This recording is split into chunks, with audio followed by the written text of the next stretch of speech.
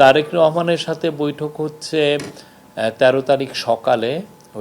ওইটা মিটিংটার কোনো ফরম্যাট নাই, বাট আমরা যেহেতু তারেক রহমান হচ্ছে বাংলাদেশের এখন বিগেস্ট পলিটিক্যাল পার্টির উনি লিডার, আর প্রফেসর ইউনূস তো আপনি জানেন যে উনি ইন্টারিম গভর্নমেন্টের প্রধান, তো ওনারা ওনাদের মতো করে বসবেন, আলাপ হবে। এইটা এখানে যে কোনো বাংলাদেশের এখনকার যে সিচুয়েশন, পলিটিক্যাল পরিস্থিতি, তারপরে আপনারা জানেন যে আমরা একটা ইলেকশনের ডেটটা ঘোষণা করেছি, সেই বিষয়ে, তারপরে ইলেকশনের এই যে জুলাই চার্টারটা হওয়া, রিফর্ম বিষয়, এগুলো যে কোনো ইস্যুই আলাপ হতে পারে, কোনো ইস্যুই। বাট মিটিংটা 13 তারিখ সকালে হচ্ছে, এইটুকু বলতে পারি।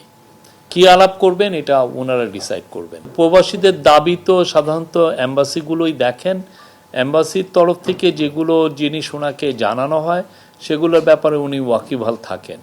তো ওইগুলো নিয়ে তো কাজ হয়, আমরা কাজ করি। প্রবাসীদের ভোটার নিয়ে, ভোট যাতে প্রবাসীরা ভোট দিতে পারেন সেটা নিয়ে কাজ হচ্ছে। তারপরে প্রবাসীদের পাসপোর্ট একটা বড় একটা ইস্যু ছিল, পেন্ডিং থাকতো, এটা অনেক পাসপোর্ট দেওয়া হতো না, পেন্ডিং ছিল, সেটা পুরোটা কমপ্লিট করা হয়েছে, দেওয়া হয়ে গেছে সবার কাছে।